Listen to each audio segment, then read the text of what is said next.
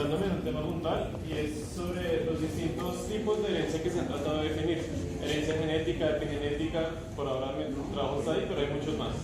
De allí que la pregunta básica que quiero realizar es si vamos a aceptar esa pluralidad de tipos de herencia, de que hay muchas más formas de herencia. Bueno, voy a empezar primero en el impacto de la epigenética en la evolución, porque esta pregunta no es nueva, ya se ha contestado varias veces, y tiene tres respuestas, sí, no y pues tal vez. Los que dicen no es lo más fácil, consideran que desde el punto de vista de la evolución, la epigenética no hace nada más que explicar las diferencias de los gemelos. Estos gemelos en un caso muy interesante para los que no lo conocen, son el ejemplo vivo del ejercicio mental que planteó Einstein para mostrar la relatividad general.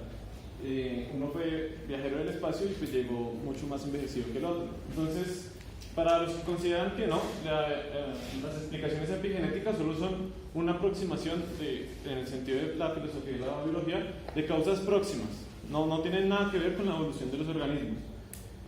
Para otros, sí, efectivamente, la definición de herencia clásica, la del libro de texto de biología, aquella que explica por qué nos parecemos y se basa netamente en que la herencia es aquello que la similaridad entre padres e hijos. ¿Por qué? Porque hay transmisión de información gracias a la replicación semiconservativa del DNA. Definición clásica del libro considera que efectivamente esa definición es problemática, porque sabemos actualmente que hay ejemplos de herencia epigenética, es decir, no ligados al DNA, que sí impactan el fitness de las generaciones subsecuentes. Uno de los mejores caracterizados hasta el momento es la herencia de la obesidad, que es mediada a través del padre principalmente. Y la herencia epigenética se basa en que, en realidad, en cada persona coexisten dos generaciones simultáneamente. Algunos lo llevan hasta un campo ético, en especial en las mujeres. Las mujeres tienen la responsabilidad ética de las siguientes dos generaciones, de sus nietos incluso. Entonces, pues bueno, con esa consideración, el debate lo contextualicé en la anterior presentación. Existen dos teorías evolutivas que se enfrentan con estas dos concepciones.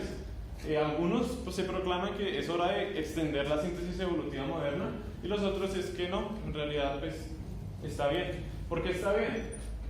Porque el esquema básico, que es mutación, la mutación es responsable de la variación genotípica, la variación genotípica es responsable de la variación fenotípica, y todo esto que nos está agregando la epigenética es solo entender ese fenómeno bien, no nos está generando nada nuevo. Es decir, la variación epigenotípica o todas las modificaciones epigenotípicas son simplemente otro tipo de fenotipo, nada más. El reto está simplemente en actualizar la síntesis moderna, dejar de hablar de genes, quizá hablar de genomas. Entonces esta es la perspectiva que menciona que no, en la que de todos modos hay dos posiciones interesantes. Uno, en donde describen que ontológicamente la herencia es una, ¿sí? Y solamente restringida a genes. Mientras que hay otros que ya son un poco más moderados, han leído epigenética y empiezan a decir, bueno, tal vez. Ellos son los de tal vez, pero tienen una restricción muy interesante. Y no es nueva, es bastante vieja. Y dice, bien, la herencia epigenética puede ser interesante, existe herencia epigenética, pero no es estable, no es como los genes.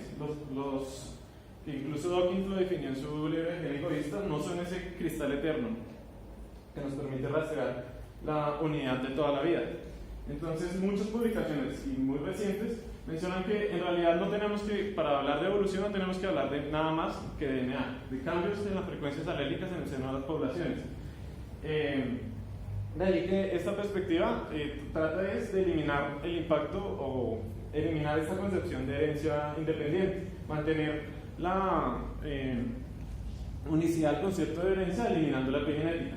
Los que consideran que listo, aceptamos que hay dos tipos de herencia, pero una no importa en la perspectiva de evolución, lo interesante es que tienen repercusiones empíricas. Muchas veces las discusiones que vemos acá las vemos muy lejos de los datos, pero es muy interesante, por ejemplo, dos publicaciones tratan de evidenciar que la metilación del DNA es solamente un fenotipo. ¿Por qué? Porque todos los lugares del DNA metilado coexisten con regiones QTLs involucradas en eso. Es decir, es un carácter cuantitativo, de esos que no hemos estudiado en genética, de esos que son difíciles de entender, pero es un fenotipo, no es un factor reable. Ellos, digamos, no es lo que me interesa acá. Efectivamente me comprometen que si hay herencia epigenética.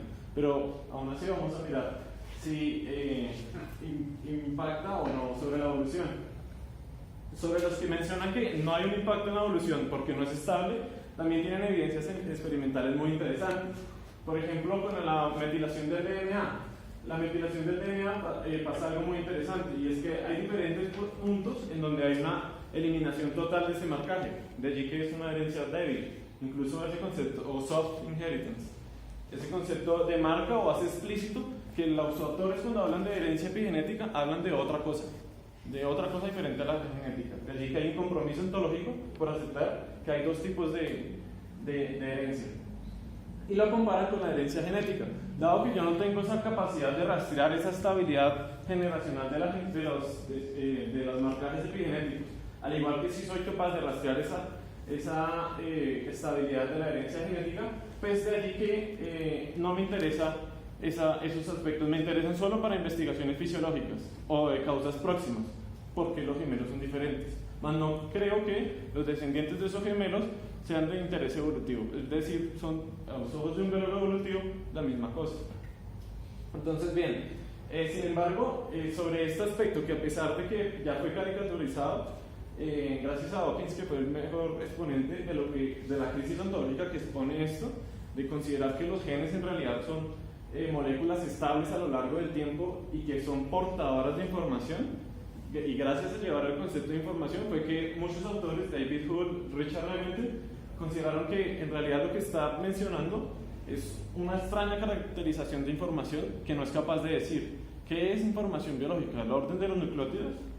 Bueno, si aceptamos eso, y eso es lo que efectivamente demarca la estabilidad, y Dawkins fue capaz de hacerlo, ni siquiera el genoma es estable. ¿Por qué el genoma no es estable? En la figura de allá pequeña vemos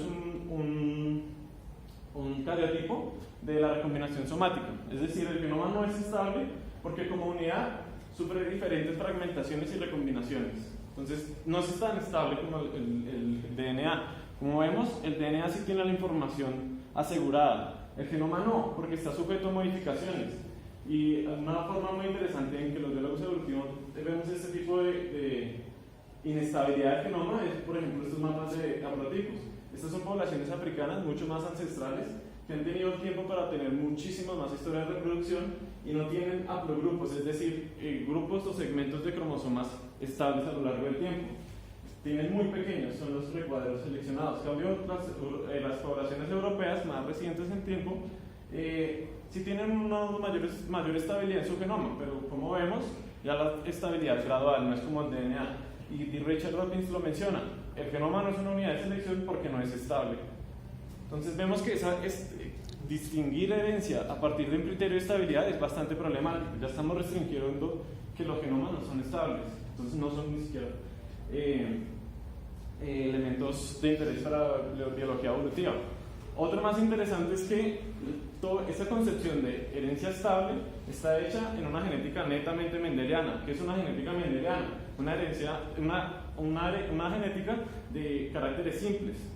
Y solo por ejemplo, esto es un ejemplo de caricatura también, de libro de texto.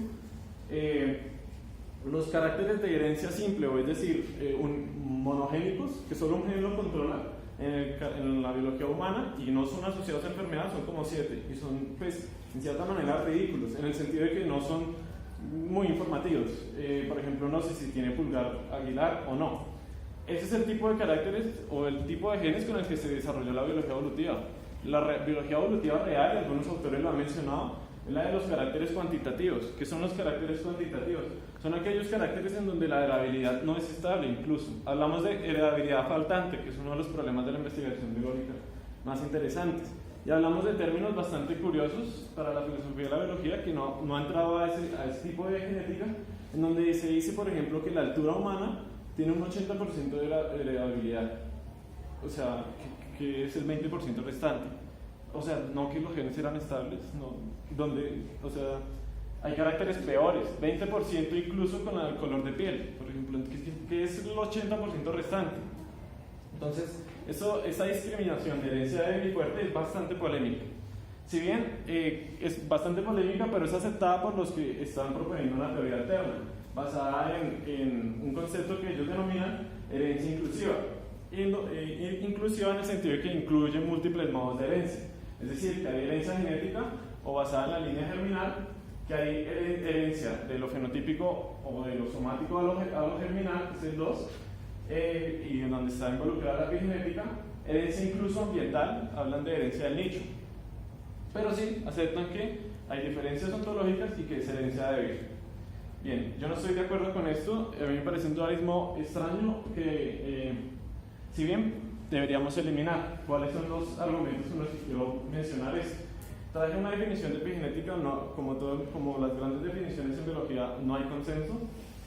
Incluso lo más interesante es que es una definición respuesta de un artículo muy básico en donde trataban de decir, venga, ¿cuáles son los conceptos básicos de la epigenética? Lo propuso y salió una respuesta diciendo, no, usted está diciendo un concepto básico mal. Entonces pues voy a trabajar con ese que es como una corrección. Y dice que la epigenética son cambios potencialmente reales no debidos a alteraciones de las secuencias de ADN. Y sobre esa definición ha habido contribuciones muy interesantes. Bueno, para verlo un poco más explícito, yo no sé si los ratones se ven. Eso es manchón, no es un ratón. Entonces, a la izquierda tenemos un patrón de herencia normal. Unos ratones están con una dieta estándar de laboratorio. Ahora lo que utilizan es una dieta tipo occidental, específicamente estadounidense. Y pues, ¿qué pasa con esos tipos de dietas? Espero que no hayan estadounidense, pero pues es más o menos compartido. Pues lo lleva a obesidad. ¿Qué ocurre? Son ratones genéticamente idénticos, todos entre sí. Y lo que ocurre es que cuando son alimentados con este tipo de dieta, su descendencia tiene tendencia sin ni siquiera ser expuestos a esa dieta o expuestos a una dieta estándar, tienen tendencia a la obesidad. Genéticamente son idénticos, de allí que entonces tenemos un patrón de herencia epigenético. Lo más interesante es que este es el más elaborado, el más evidenciado. Extrajeron el contenido de los espermatozoides de estos ratones obesos y encontraron que al inocularlos en embriones de ratones hijos de dos ratones alimentados con dieta estándar, reproducían el fenotipo de obesidad y lograron identificar específicamente que son RNAs de transferencia los responsables de esto. Entonces eso es herencia epigenética. Ahora, lo que mi posición o lo que deseo plantear es que este tipo de herencia sigue aceptando esa debilidad y es muy conciso. De hecho, se ha analizado que si seguimos reproduciendo este ratón a la quinta o sexta generación, ya toda su descendencia va a ser normal, sin tendencia a la obesidad. Pero hay un grave problema con esta dualidad ontológica en términos de la herencia. Y voy a empezar factor por factor. Bueno, pues no todos, pero sí mostrar algunos problemas que tiene la definición. La definición incluye, por ejemplo, la metilación del DNA, y sobre eso hay algo muy interesante, y es que estamos hablando de metilación de la citosina, pero no es la citosina es parte del DNA. Entonces, pues bien, este factor de metilación del DNA, pues sí está referido al DNA. Aunque definamos la epigenética como cambios heredables no dependientes del DNA. Sin embargo, hay una definición extraña. El biólogo considera que la metilación del DNA, de la citosina, es un proceso temporal, una entidad temporal, pero no, es una entidad propia, es 5-metilcitosina, no es citosina metilada, es 5-metilcitosina, tiene propiedades específicas, propiedades únicas. Es una crítica interesante a la definición. Me interesa es más lo que no incluye esa definición. Me interesa más, por ejemplo, decir que hay genes que tienen herencia epigenética, pero eso pues nos viola la definición de epigenética. ¿Cuáles son esos genes? Ya Blanca se ha insistido bastante en su inclusión. Por ejemplo, los genes involucrados en la codificación de priones. Los priones tienen una capacidad de autopropagarse, pero son proteínas convencionales en el sentido, desde el punto de vista de la biología molecular clásica. ¿Cómo a unos genes sí decimos que son epigenéticos y a otros son genéticos convencionales?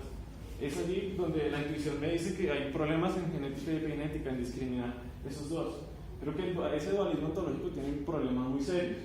Y el que más me interesa, es producto de la tesis de maestría, es este nuevo tipo de moléculas que se ha descrito.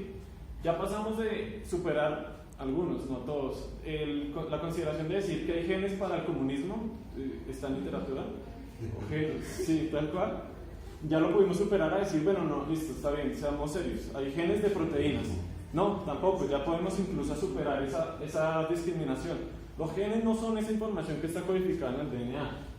¿Por qué? Porque, por ejemplo, y siguiendo la definición de unidad de transcripción, que es la más defendida actualmente, una misma unidad de transcripción, un RNA mensajero, puede funcionar como RNA mensajero, llevar a proteína, puede tener plegamientos intermedios y generar otro tipo de molécula totalmente diferente que nunca va a estar nada, no va a tener nunca relación con la proteína, que son los microRNAs, o pueden formar, mediante otro tipo de procesos, otro tipo de función.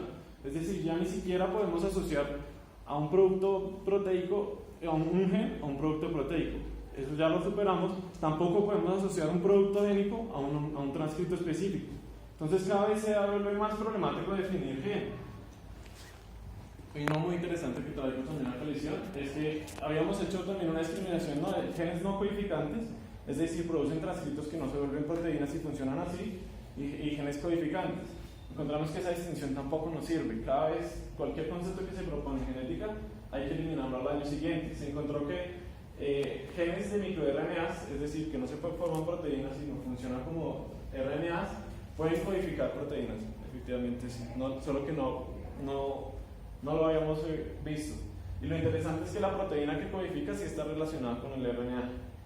Entonces no hay tal cosa como genes codificantes o no codificantes, es más bien el contexto celular el que determina que algo se vuelva un gen. Entonces ese cambio parece muy sutil, pero es un cambio muy interesante. Y ahora volvamos a las moléculas con las que les expliqué, por ejemplo, les mostré un caso de herencia epigenética humana. Eso es un tRNA que siempre desde escuela nos han dicho que funciona la transferencia de aminoácidos, pero como ahora estamos en una época en la que en realidad no hay función explícita, es decir, no podemos determinar una función o una estructura explícita. En realidad lo que se lo determina es el contexto. Sabemos que un tRNA que puede servir de transferente también puede ser fragmentado ante otra condición completamente diferente, y esa fragmentación portar la información de obesidad. De alguna manera, me perdonarán eso de portar información, que son conceptos bastante problemáticos, pero simplemente lo que quiero mencionar es que no hay un factor, los genes como factor de herencia, los genes, así como ningún otro factor de herencia, sea genético o epigenético, tienen funciones moleculares por sí mismos, no podemos atribuirlo.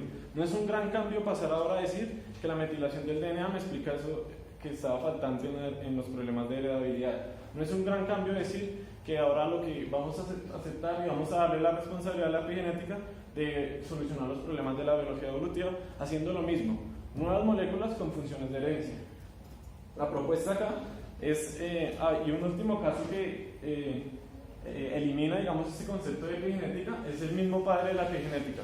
Yo creo que si estuviera vivo Conrad Bainton, diría que eso que estamos hablando de epigenética no es epigenética.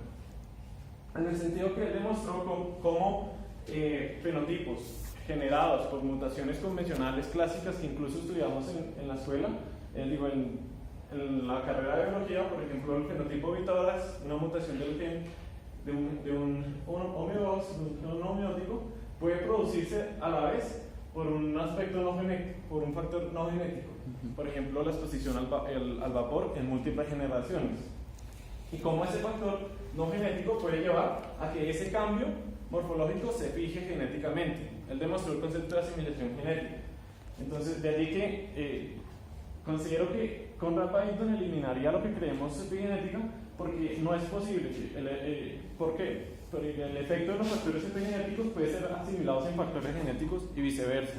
Es decir, de allí que ese dualismo entre gen, que tiene herencia fuerte, sea lo que sea eso, o epigen, o variación, o epialelo, que incluso los han mencionado, ese dualismo es una falsa interpretación de la evidencia empírica.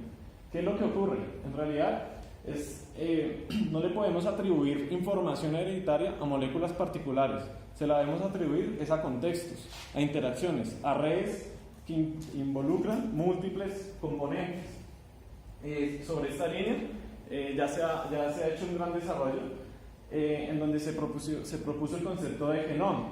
El gen no está codificado en ese ordenamiento de nucleótidos, sino el gen es una estructura que aparece a partir en un contexto espaciotemporal específico, en un contexto celular específico capaz de reproducir un fenotipo. Ya no es una estructura, ya no está la información ahí metida, sino la información aparece a partir de las interacciones. De tal manera que, ¿qué son los factores heredables? En realidad serían todos los recursos que fungen como recursos que contribuyen al desarrollo para una nueva generación o para la generación en la que se esté mencionando, que están regulados espaciotemporalmente. De allí que el concepto de gen, ¿qué sería?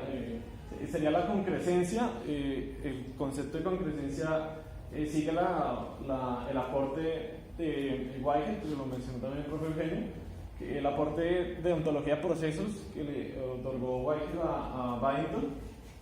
El gen sería la concrescencia real de un sinfín de potenciales, es decir, la restricción de todo un espectro de potencialidades que se da por múltiples moléculas, ya no solo el DNA. Quería exponer un caso biológico, no sé el tiempo que tengo, que es bastante perturbador cuando lo conocí en el instituto. ¿Un minuto? Bueno, se lo va a dar. El caso de los tripanosomas, donde la herencia del DNA no se hereda genomas, se hereda RNAs no codificantes. Pero bueno, se los voy a dejar, es que es un poco complicado. Pero es solo una muestra de que en realidad todas esas propiedades que le habíamos atribuido a una molécula de DNA, si vamos a ser consistentes con los hechos empíricos, deberíamos eliminarlo. Y deberíamos considerar es una noción exclusiva de herencia. Una sola identidad, pero procesual. De allí que encontré que es mejor en inglés, es que monismo procesual me sonó muy extraño. Y se trabaja ya desde Whitehead, en el sentido de que si hay una entidad única, pero es una entidad relacional, contextual. Es decir, es la concrescencia de múltiples procesos, no una molécula preestablecida portadora privilegiada de la información. De allí que el concepto de herencia, de una herencia desde una perspectiva monista, sería la reproducción de recursos de desarrollo, genomes, a través de los lineajes. Y el genomes que ellos propusieron está basado en el concepto de holones, de totalidades. Entonces ahí sí yo creo que Byington diría, bueno, sí nos estamos acercando a lo que yo propuse del paisaje epigenético. Nos restringieron incluso la figura de cómo pensaba Byington el paisaje epigenético. Y él decía que la epigenética era realmente esto, la interacción de todos los genes, no necesitaba metilación o todos esos otros aspectos, sino que se daba cuenta, y es lo que dicen los genetistas cuantitativos, la herencia faltante está en la interacción de genes. ¿Y cómo sería la interacción de genes? Desde una perspectiva clásica no tendríamos respuesta a eso. No sabemos cómo efectivamente, de pronto algunos dirían, no, por la metilación del DNA. Y entonces, ¿cómo se vería la regulación de que ahí se metilaron DNA? No sabemos. Ya explícitamente se dijo, hay borrado esas marcas, no sabemos cómo se haría. Entonces, no, estamos pensando mal la herencia. La herencia no es particular, no está atribuida a moléculas particulares. Me atreví un poco a traer la definición de Byington, y en caso que estuviera acá y viera que ya hay más moléculas que le podemos atribuir potencial de herencia, sería algo así como, él lo definió para la epigenética. Yo creo que no hay necesidad de distinguir genética y epigenética, sino netamente una sola área. Y sería que la genética sería la rama de la biología que estudia las interacciones causales entre los genomes y sus productos. Vimos que de hecho los genes ahora son productos, no son parte, no están preestablecidos, los cuales generan o hacen del genotipo acontecer. Se vuelve una filosofía procesual. De hecho, él lo llamó una biología del becoming, del llegar a ser. Entonces, todo esto hace parte de una propuesta que hemos estado desarrollando en el grupo de bioteórica con el propio Eugenio, en el que consideramos que, de hecho, la mejor aspecto de inclusión, la mejor forma de incluir estas ideas a una biología evolutiva sería retornar al Darwin original, al Darwin que nunca rechazó a Lamarck, a Darwin que citó a Lamarck.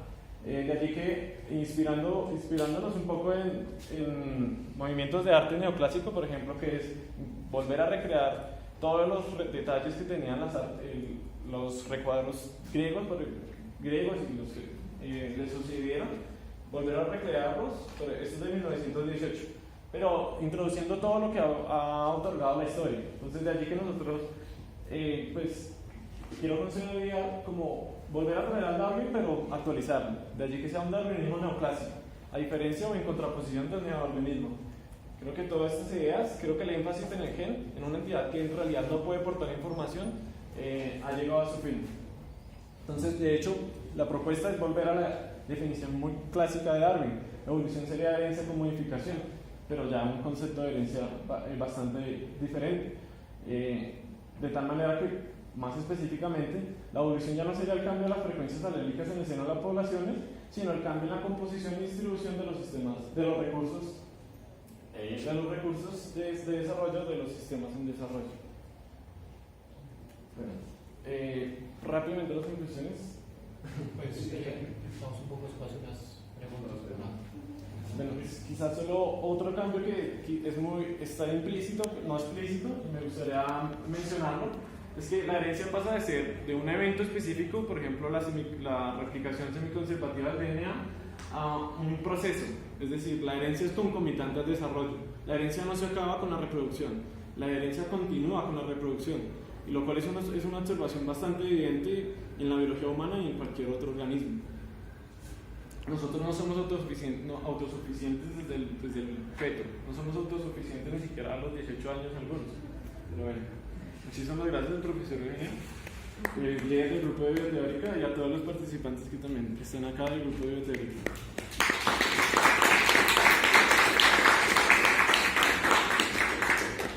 Una invitación, este era un graffiti de la Universidad Nacional, disfruté en Bogotá a partir de los grafitis, no había invitados internacionales, pero dale. Gracias. Gracias. ¿Preguntas? Dos preguntas. Una era si podías contarme de nuevo cuál era el concepto de genón, que fue muy rápido, se me fue. Y dos, es qué relación ves, no sé si es como una alternativa, como un complemento, una versión específica a la teoría de sistemas de desarrollo de Oyama, Griffiths y sus amigos. Sí, es parte de la teoría de sistemas en desarrollo, solo que yo considero que para integrar los aportes de la teoría de sistemas en desarrollo a teorías contemporáneas como la síntesis extendida, se deben hacer ciertas eliminaciones, por ejemplo, ciertas aclaraciones, en especial esa dualidad ontológica. Y el concepto de genón es bastante interesante. Ellos consideran que basándonos en la interpretación de gen como unidad transcripcional, RNA mensajero, esa estructura que es responsable de un fenotipo particular solo aparece después de una serie de procesos adicionales. Es decir, todo el contexto celular enriquece un gen, inicialmente en el sentido clásico, la expresión de una secuencia de DNA, se va viendo enriquecida por todo un contexto celular que es específico a una condición ambiental, temporal y espacial muy regulada. Entonces, genón sería la concrescencia de la totalidad de todos esos procesos involucrados: splicing alternativo, modificaciones del RNA. La concrescencia. Concrescencia. No entiendo la palabra. No sé. Es parte de la ontología de procesos. La ontología de procesos cambia la prioridad ontológica de las cosas por los procesos. Es decir, en la ontología clásica en la que todos nos desarrollamos, metafísica de sustancias, las cosas están involucradas en procesos. Por ejemplo, el DNA en volverse un transcrito y por ende expresar su información de esa manera. La ontología de procesos dice que no, la prioridad ontológica está en los procesos. Las cosas se vienen después, vienen gracias a la unión o interacción de los diferentes procesos. Pero proceso ahí se vuelve un concepto prioritario básico. Entonces es todo un cambio de perspectiva que no soy el único en abogar por este cambio de metafísica. Uno de los mejores exponentes es John Dupré. También tiene mejores definiciones incluso de herencia de evolución. Quería preguntarte si ya checaste la discusión que hay justamente, bueno, en la Stanford Enciclopedia se muestra muy claramente cuál es la discusión en torno a la noción de herencia, y justamente pone tres enfoques principales: el genocentrista, el de múltiples sistemas de herencia de Bahía Blanca y el enfoque de DST, que justamente habla de una idea mucho más como holista de la herencia, pero se discute justamente si es necesario pensar, no necesariamente se habla de distintos tipos de herencia, porque ahí se habla de más de, no solo la genética y la epigenética, sino pues hablar de un tipo de herencia endosimbiótica, herencia ecológica, pero no he entendido de que más bien, sí entiendo que se está como dividiendo, pero más bien lo que están haciendo referencia es que hay muchos más procesos y mecanismos que están interactuando para que pueda ocurrir la herencia, ¿no? Entonces, creo que, no sé, eso, no sé si ya lo leíste o no, pero igual podría como ayudarte para meter más esa discusión. Y la otra era que entendí que estabas diciendo que no había que hacer una división una separación entre genética y epigenética.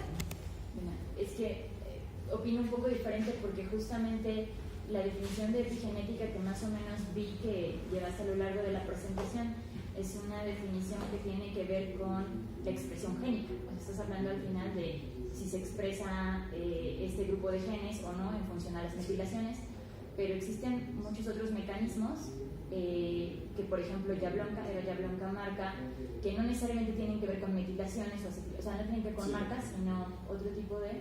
Y ella hace una diferencia muy clara entre cuando algo es epigenético y cuando algo no es epigenético, y pareciera rescatar un poquito más la idea de Waddington en el sentido de desarrollo, que es algo que no se debe de perder, o sea, no vamos a pensar en prender y apagar genes, sino que debe estar entendido en el contexto del desarrollo.